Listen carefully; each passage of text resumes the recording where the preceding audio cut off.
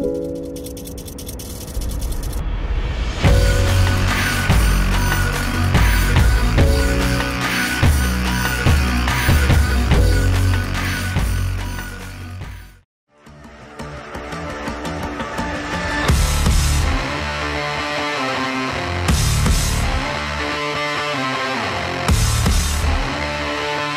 my god!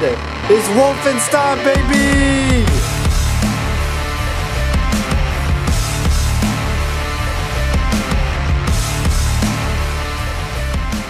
Wolfenstein 2: The New Colossus is a first-person shooter set in an alternate reality where the Nazis have won World War II and have taken over America. The game puts you in the shoes of BJ Terribilly Blazkowicz, the leader of the resistance force fighting to spark the revolution to free the US from Nazi control. Now that sounds like a pretty straightforward premise, but the way it is told is fantastic. The story perfectly mixes your journey to spark the revolution with themes of loss, love, pain, and hate.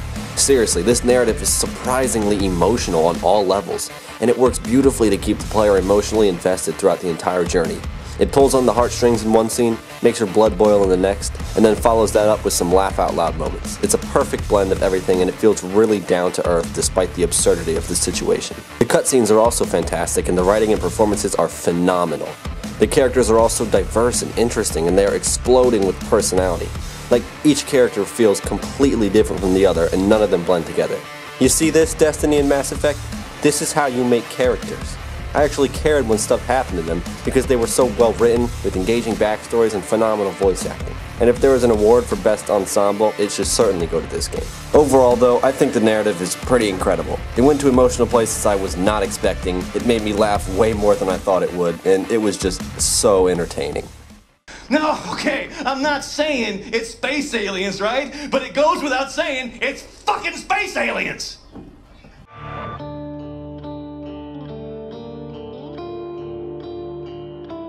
If you've played Wolfenstein: The New Order, you know exactly what to expect from the gameplay here.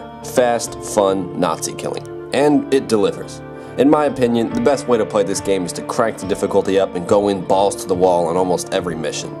And while that isn't always the smartest strategy, I certainly found it the most fun. Running through the levels blowing Nazis' brains into a pulp is already really satisfying, but it is made even better because of the weight the guns carry. The guns all have a great feel to them and they sound fantastic. And aside from the special heavy weapons, you can dual wield every gun, which just makes things even better. There are also some opportunities for you to play it stealthily. I like that they give you the option to do this, and it is actually pretty smart to play it that way in some instances, but I still love going straight for the action. I also thought that most of the levels were really good, although there were some that felt a bit uninspired, and honestly that's probably one of the only issues I have with this game. However, these few uninspired levels are greatly overshadowed by the moments when you were bursting out of a courtroom, defending a penthouse suite, and running through the back of a train car. There are also several moments where the game slows down and moves into an almost walking simulator-like sequence. Now, I don't use that phrase as a bad thing.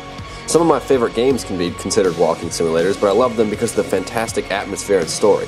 And the same can be said for the moments in Wolfenstein. There's one moment in particular that caught me completely off guard because I was not expecting it from a game like this. I won't say any details about the section, but I will say that it was one of the best storytelling moments in games this year. There are also these cool mini levels that you can complete where you infiltrate certain places to kill different Nazi officers. These sections are a cool addition and they give you some extra content to play when the main story is over.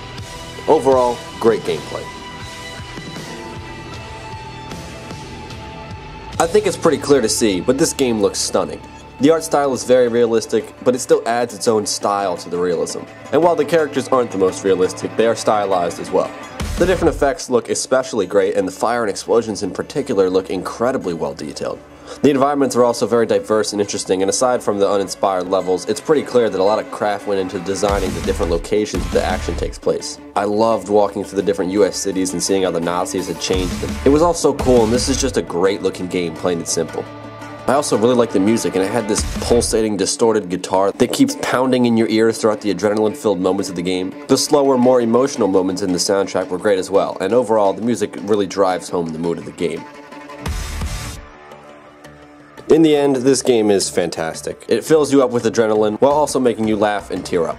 This is how you tell a story, and this is how you make a shooter campaign. Take notes, everyone.